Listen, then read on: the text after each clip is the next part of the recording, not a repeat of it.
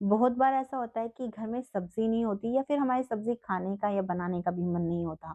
तो ऐसे में ये जो टमाटर की चटनी है आपको बहुत ज़्यादा पसंद आएगी। अच्छी बात इसकी ये है कि आप इसको एक बार बना के कम से कम 1 से डेढ़ महीना स्टोर भी कर सकते हो और इस चटनी को आप रोटी, पूरी, पराठा, चावल और इडली डोसा के साथ भी खा सकते हो। तो बहुत प्यारी-सी रेसिपी है। तो इसके लिए सबसे पहले हमें करीबन 4-5 ग्लास पानी अच्छा-सा गरम कर लेना है और फिर इसमें डालने हैं टमाटर। मैंने आधी किलो टमाटर लिया और ये देसी टमाटर है, आप वो लाल वाले टमाटर भी ले सकते हो। यहाँ पर टमाटरों में हल्का-सा चीरा लगा लेना, इससे क्या होगा छिलका उतारने में थोड़ी-सी आसानी होगी। अब यहाँ मैंने ली है 25 से 26 के आस-पास मिर्ची, जिसमें से 8 से 9 छोटे साइज़ की और थोड़ी तीखी वाली मिर्ची हैं। इनकी क्वांटिटी आप अपनी पसंद के हिसाब से कर सकते हो और जो कश्मीरी मिर्च ली है, उनको हम इसलिए डाल रहे हैं ताकि हमारी चटनी की क्वांटिटी भी बढ़ जाए, साथ में उसका कलर भी अच्छा आए और टेक्सचर भी अच्छा है। आप चाहो तो यहाँ पर जो मार्केट में आजकल लाल-लाल मिर्चियाँ मिल रही है ना जिससे हम अचार बनाते हैं, आप वो भी ले सकते हो। और यहाँ पर इन मिर्चियों का हमें नुक्का नहीं तोड़ना है, इनको ऐसे ही पानी में डालना है। नुक्का तोड़ दोगे तो पानी इनके अंदर भर जाएगा ज़्यादा। अब बस आपने ढककर इसको तेज़ आँच पे 5-6 मिनट के लिए पका लेना है। यहाँ पर हमें बहुत ज़्यादा भी इसको पकाने की ज़रूरत नहीं है, सिर्फ़ इतनी देर ही इसको रखना है कि जो मिर्ची और टमाटर थोड़े सॉफ्ट हो जाएँ और इनको पीसने में आसानी हो। आप जैसे यहाँ देख रहे हो मिर्ची अभी काफ़ी नरम हो गई है और टमाटर भी अच्छे से यहाँ पर उबल गए हैं मतलब पक गए हैं। तो बस आपने इनको छान लेना है ताकि जितना भी एक्स्ट्रा पानी है ना इसका निकल जाए और इस तरीके से छान के बस हल्का-सा इनको ठंडा कर लेना है।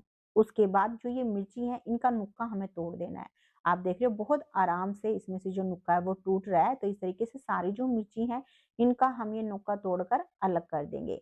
अब इसके बाद जो टमाटर है इसका भी छिलका उतार लेंगे। वैसे छिलका उतार लोगे तो टेक्सचर भी अच्छा आता है, थोड़ा टेस्ट भी बढ़िया आएगा। आप चाहो तो इसे बिना छिलका उतारे भी यूज़ कर सकते हो अगर आपको छिलके से कोई प्रॉब्लम नहीं है तो। तो इस तरीके से हमें दोनों चीज़ों को अच्छे से साफ करके रख लेना है। उसके बाद हमें लेना है मिक्सी का जार और दोनों ही चीज़ें टमाटर और ये लाल मिर्च इकट्ठा ही इसमें डाल देंगे। अब मैं थोड़ा-सा यहाँ पर करीबन 2 टेबलस्पून के आस-पास पानी भी डाल रही हूँ ताकि लाल मिर्च को पीसने में थोड़ी-सी हमें आसानी हो। बस अब आपने ढक्कन लगाना है और उसको बढ़िया से पीस लेना है। पीसने के बाद यहाँ पर इस पेस्ट का जो टेक्सचर है मैंने हल्का-सा दरदरा रखा है। आप चाहो तो बिल्कुल फाइन भी पीस सकते हो। बहुत सारे व्यूअर्स होते हैं जिनको बिल्कुल फाइन वाली बिल्कुल अच्छी से पिसी हुई चटनी पसंद होती है, तो आप उस हिसाब से मतलब इसको पीस लेना। पीसने के बाद अब हमें आँच पे रखनी है कढ़ाई या पैन और इसमें डालना है आधा कप ऑयल। तो हम यहाँ पर चटनी को स्टोर करने वाले हैं इसलिए तेल की क्वांटिटी थोड़ी-सी आपने ज़्यादा रखनी है। अगर आप कम क्वांटिटी में बना रहे हो या फिर आपको ये है कि भी 4-5 दिन में ही खत्म कर देनी है, तो फिर आप यहाँ पर तेल को कम भी कर सकते हो। तेल को गरम करने के बाद अब इसमें मैंने 1 छोटी चम्मच डाला है सरसों का दाना। आप यहाँ राई भी ले सकते हो, आधी छोटी चम्मच जीरा, 1 छोटी चम्मच चना दाल और आधी छोटी चम्मच उड़द दाल। अब मीडियम आँच पे इन सारी चीज़ों को हम भून लेंगे। आप देख रहे हो बढ़िया से चना दाल, उड़द दाल सारी चीज़ें भुन गई हैं। अब इसमें मैं डाल रही हूँ 6 से 7 लहसुन। लहसुन को मैंने थोड़ा-सा पतला और लंबा कट किया है। ये चटनी में देखने में बहुत सुंदर लगते हैं। आप चाहो तो थोड़े छोटे साइज़ की जो लहसुन होते हैं उसको साबुत भी डाल सकते हो या फिर थोड़ा मोटा-मोटा कट करके भी डाल सकते हो।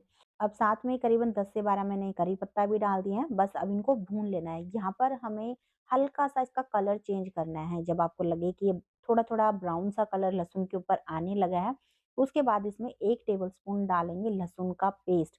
तो लहसुन थोड़ा ज़्यादा डालोगे ना टमाटर की चटनी में बहुत बढ़िया टेस्ट आता है इसका। तो मैंने तो इसको कूट के डाला है, आप इसका पेस्ट भी डाल सकते हो। साथ में ही आधी छोटी चम्मच के आस-पास मैंने कद्दूकस करके अदरक भी डाल दिया है। अब बस हमें लहसुन को भी थोड़ा-सा भून लेना है, यहाँ बहुत ज़्यादा इसका कलर चेंज करने की ज़रूरत नहीं है, बस इतना ही भूनना है कि इसका जो कच्चापन है, वो थोड़ा-सा कम हो जाए।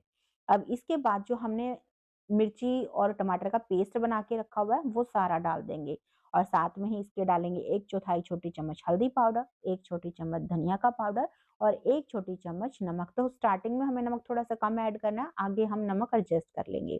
बस बढ़िया से सारी चीज़ों को मिक्स कर लेना है। अब इसके बाद ढक्कन लगाना है इसको और लो टू मीडियम फ्लेम पे इसको पका लेना है। अच्छे से पकाना है जब तक कि जो चटनी है वो अपना ऑयल सेपरेट नहीं कर देती। बीच में 1 से 2 बार इसको चला देना ताकि नीचे तली पे ये चिपके नहीं। तो आप देख सकते हो यहाँ पर चटनी बहुत अच्छे से कुक हो गई है, ऑयल इसने सारा सेपरेट कर दिया है। अब इस स्टेज पे 1 छोटी चम्मच इसमें कसूरी मेथी डालेंगे और साथ में ही आधी छोटी चम्मच देसी खांड या फिर चीनी भी डाल सकते हो। वैसे मीठे की क्वांटिटी आप अपने टेस्ट के हिसाब से थोड़ी-सी कम-ज़्यादा भी कर सकते हो।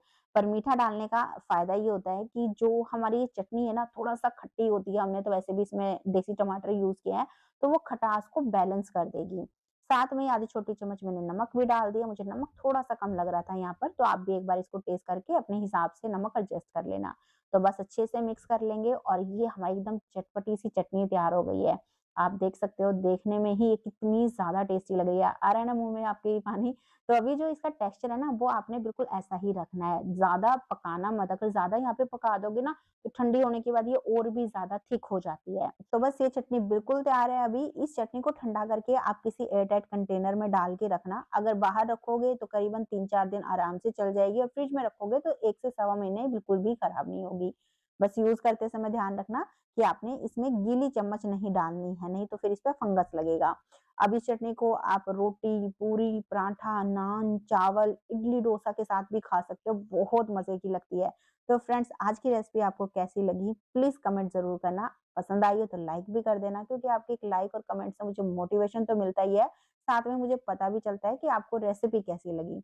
और अगर आपको ऐसी ही ईज़ी रेसिपी पसंद है ना, जो आप आसानी से घर पे बना सको, तो प्लीज़ चैनल को सब्सक्राइब भी कर लेना। तो चलिए फिर मिलते हैं आपसे एक नई रेसिपी के साथ में।